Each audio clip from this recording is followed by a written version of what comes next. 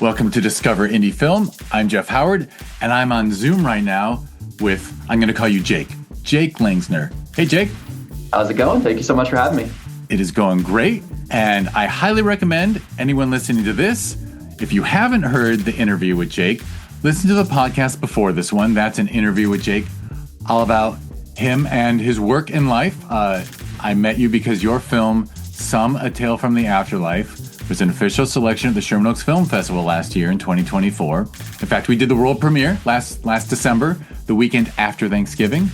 And I am proud to say that you took home the Grand Jury Award for Best Short Film Animation and the Filmmakers Award for Outstanding Writing Animation for David Eagleman, who was your source for your animated film. So, bravo. You can officially say you're an award-winning filmmaker. An honor. Thank you so much. Right? It's cool.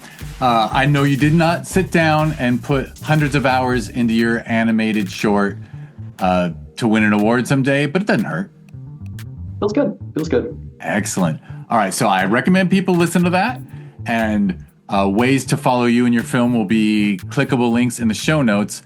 But this is what I like to call a 4 questions episode, which means Jake is going to answer, name 3 films that you love, name an underrated film, an overrated film, and question 4 is a lesser known film that people should seek out. Feel free. You want to just jump right into it and name a couple favorites? Totally. Let's do it. All right. Okay.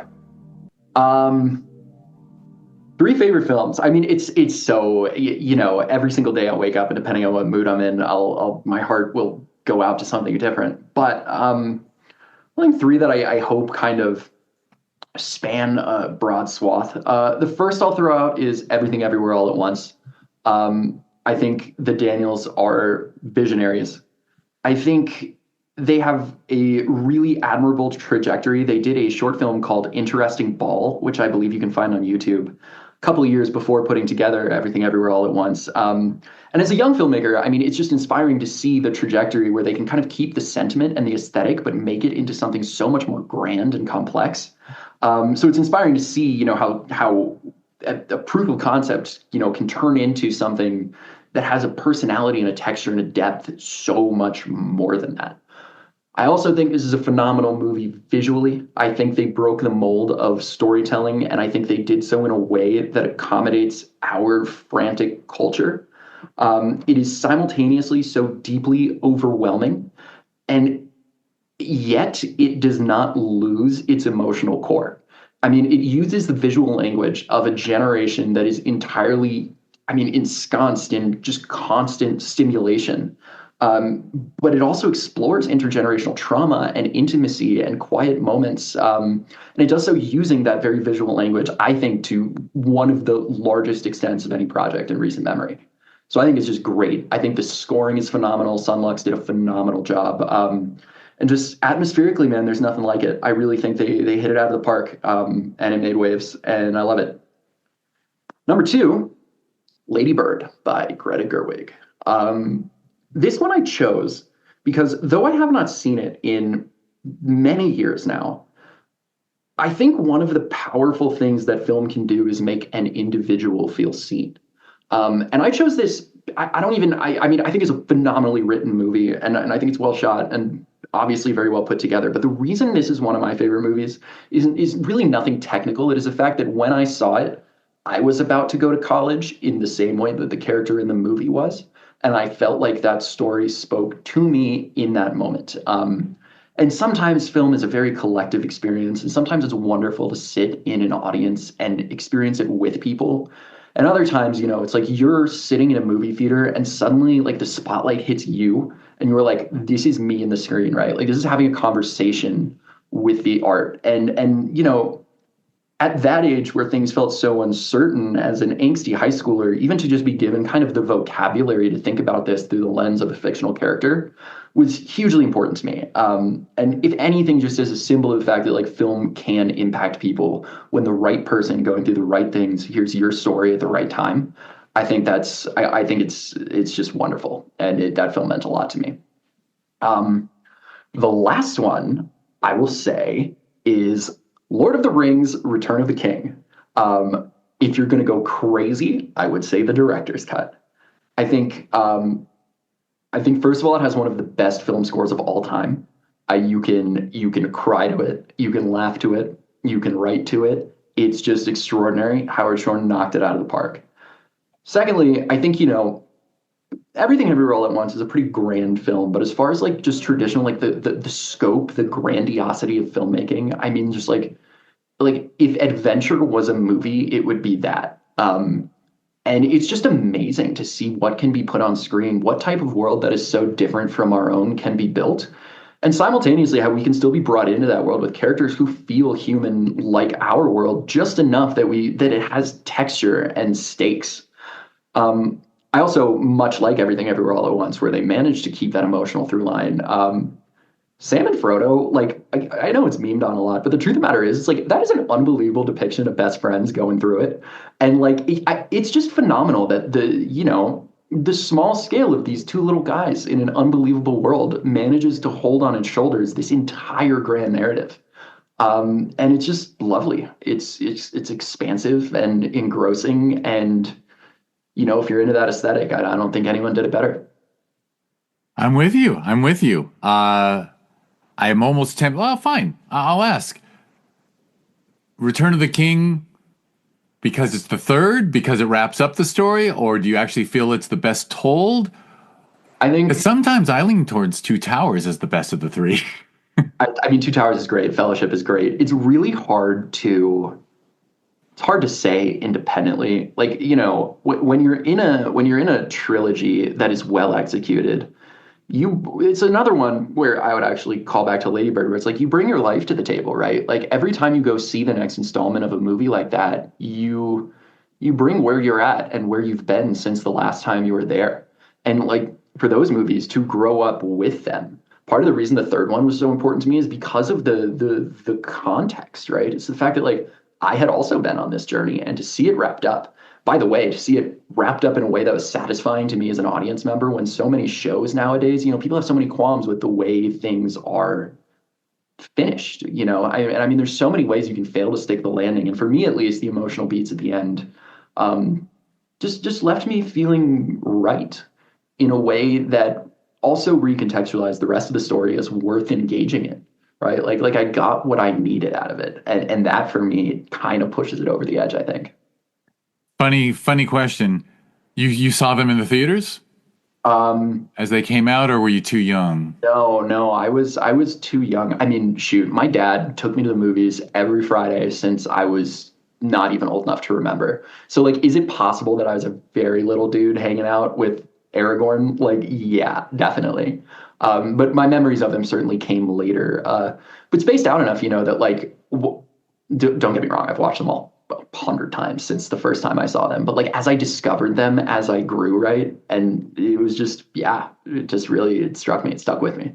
It was actually a personal question because amusingly, when those films came out, myself and my wife, we would actually spend always be in Vegas for Christmas. And those films were always they always came out in December.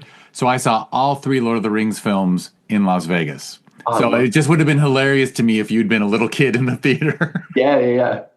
But they are, and for me, they're like one piece. Like I don't even see them as right. Because unlike a trilogy like the Star Wars shit, where it's like 3 years off and everything has changed and everyone looks different, they did it perfectly. They shot it all at once and they told the whole story.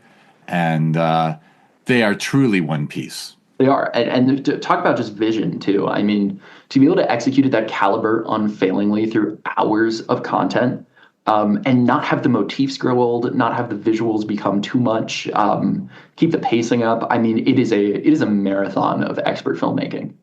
It really is. It really is. It's so special that it got done. I'm so glad it got done. I am, too. And done right. All right. Well, question number 2 is a film that you feel is underrated. Okay. I'm going to give you 2 that I think play with the same themes, both of which I don't hear a lot of discourse on. One of them is relatively newer, and that might be why. I love when artists use horror tropes in innovative ways. To that end, the 2 I would point out are recently Presence by Steven Soderbergh, is a really, really compelling film. The other is A Ghost Story by David Lowery. Both might be A24 as well. I'm not sure. But both of these use the idea of the kind of ghost in the house motif, right? But they turn that archetype on its head to explore loss and familial dynamics in a way that highlights the darkness that is possible in those dynamics, but also the sensitivity, and the feeling of what is once there when it is taken away, how powerful and impacting that can be. I think the other thing that's really interesting with both of these movies and horror tropes generally is kind of the play you can do on the technical side. Presence had some unbelievable long takes and point of view shots and things that were enabled by the idea of the ghost, right? By the spiritual realm that let the camera move very fluidly in a way that is not traditional. And A Ghost Story kind of did the opposite thing with a lot of very wide static shots, very interesting kind of almost one-to-one aspect ratio, feeling trapped in the house like the ghost. So both from like just a visual aesthetic perspective, but also from using genre in a way that is illuminating and unexpected. Presence and A Ghost Story, both I think deserve more cred than they get. This is not a unique thing, but I can already. You're drawn to auteur directors, right? Because the Daniels clearly auteurs. Yeah. I'm actually a big fan of Swiss Army Man too. Oh, it's great. Love it. and Lady Bird, Greta's Gerwig has proved. Needs to say, but whatever. I won't even talk about the fact that whatever Peter Jackson, and then Soderbergh is actually like, I think habitually underrated. Yeah. Every once in a while he gets some attention for like something like Traffic, but I think in general his work is always just amazing. Amazing. He's an auteur. I mean, like it's really interesting to see an artist who you can tell feels very deeply, but also executes quite technically. And I mean, shoot, on a broader note, like I think it's quite intuitive actually that those of us who make movies and are drawn to these type of visual stories gravitate more and more towards auteurs because there's so much else out there that dilutes the space with very, if not predictable, then kind of recognizable narratives, right? And when you work in this world, when you see a lot of it, we gravitate towards breaths of fresh air, towards perspectives that remind us that this medium is not set in stone. And it's always better to have someone's vision than rule by committee. Absolutely. Yeah, absolutely. I'll have to throw in a little comment. If someone has not seen Soderbergh's Schizopolis, just see it. It's freaking amazing. All right. Now the question is an overrated film. Yeah. This is, I want to qualify. Art is subjective. I don't think I need to say that, but like, I don't know. To the extent that anybody listening in the whole world has agreed with any of my other takes, the last thing I would ever want to do is undermine somebody's visceral emotional reaction to a piece that was impactful for them, right? Like the cool thing about film, same with Lady Bird, right? Like if I'd seen it now, maybe it wouldn't have done the same thing for me. And so, personal opinion is what I would qualify, right? I'm going to say Asteroid City. I don't necessarily know that this new Wes Anderson piece is overrated in the sense that like the discourse really took to it. Like I don't think it like popped off on social media, but it's critically hugely well received.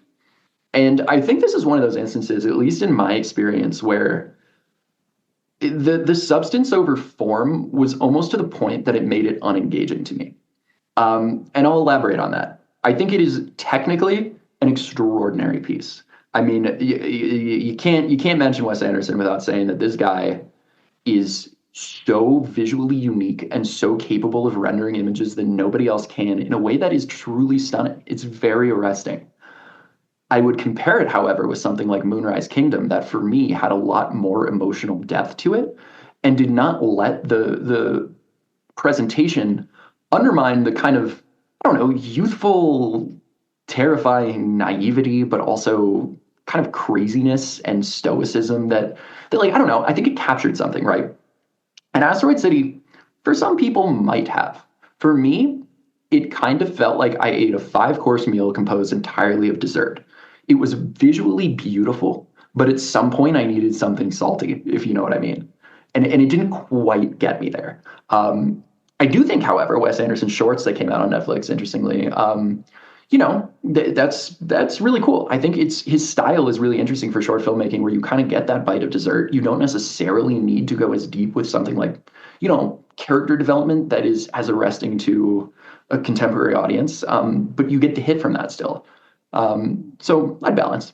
No, I'm with you, and honestly, you answered it just how sometimes I give people a preface on that question because, sometimes like I will use the example that I love the Coen brothers and I'm a big, huge fan of theirs, but it kind of bothers me that No Country for Old Men beat There Will Be Blood for Best Picture when No Country for Old Men isn't even in my personal top 5 for Coen brothers films.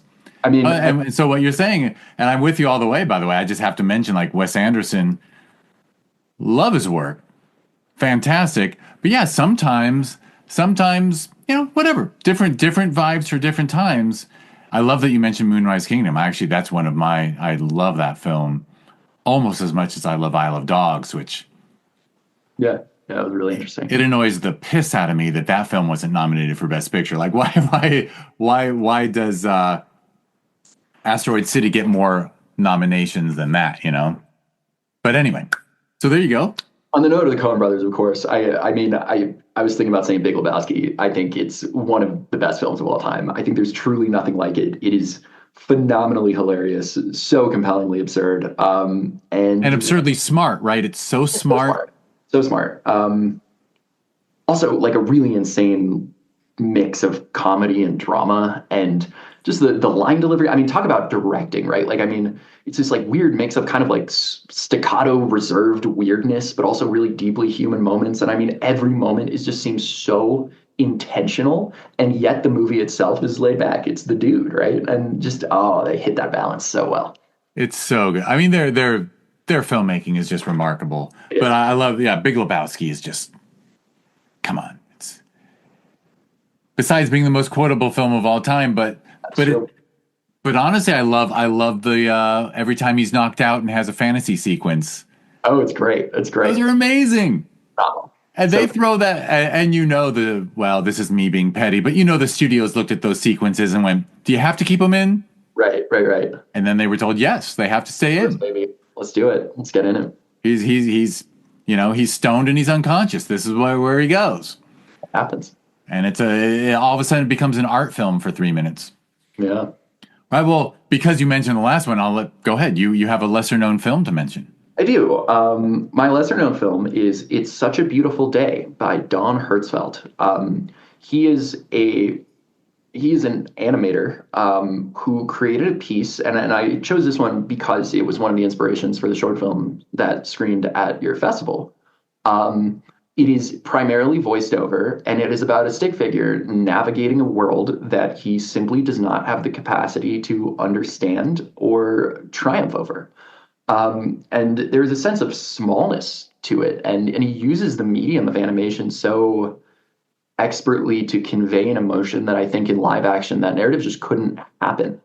And it's also just, he rarely makes use of the full screen. There are kind of spots of animation in an otherwise black screen, and there's so much strategy that goes into directing your eye to various quadrants of the screen and doing so in a way that's not disorienting.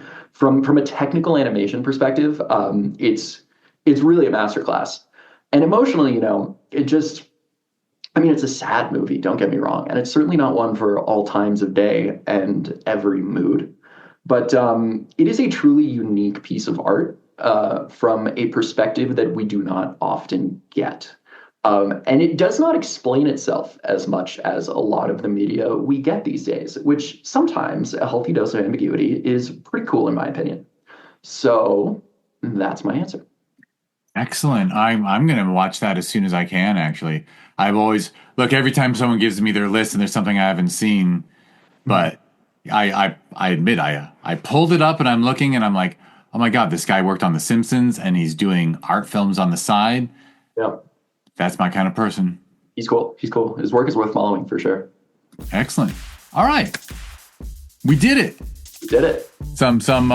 And now I get I think you mentioned Game of Thrones earlier. Yeah, so you've got. I like your taste, sir. Appreciate it. Thank you very much. I just finally finished the second season of House of the Dragon. Still loving it. All right. So anyway, let me wrap us up so you can go about your day. Everyone, please check the clickable show notes so that you can follow Jake on Instagram and his website. You can learn. Well, hopefully someday something will work out. More people can see A Tale from the Afterlife. But people should see that film. So follow Jake on Instagram so that when it's close enough to, you can fly to Vegas. Get into a Vegas festival. Anyway, so people should watch that and support you. In the meantime, I'll just thank everyone for listening to the Discover Indie Film podcast. If you want to learn more about the podcast, go to discoverindiefilm.com. On social media, it's always at DIFwins. I have personally quit social media except for Blue Sky, and I'm loving life that way. But thankfully, this podcast has a producer named Karina, and Karina checks the social media. I just check Blue Sky. I've gotten away from the algorithms, and my brain is so happy now. Beautiful. And so anyway, that's discoverindiefilm.com. If you go to discoverindiefilm.org, that is the nonprofit corporation that runs 2 film festivals, Sherman Oaks Film Festival, which hosted the world premiere of Jake's film, and Film Invasion Los Angeles. If you want to learn about those 2, you can actually link to them from discoverindiefilm.org, or you can just go to shermanoaksff.com for the Sherman Oaks Film Festival, and it's always Sherman Oaks FF on social media. And its sister festival that we hold every June is Film Invasion Los Angeles. You can learn more if you go to filminvasionla.com, and it's at Film Invasion LA on social media. And if you go to the Film Invasion LA website, you'll see at the top it says Film Invasion LA and Film Invasion Lima. Yeah, we're expanding to South America. And Jake has given me some good advice on what to do in Peru, in Lima, because although I probably would have just still eaten the food, enjoyed the climate, but the fun thing is that's next January 2026, when it is summer there and winter here. So, all good. All right, Jake, thanks so much. Thank you so much for having me. It's a pleasure to be on. Yeah, and thank you everyone for listening.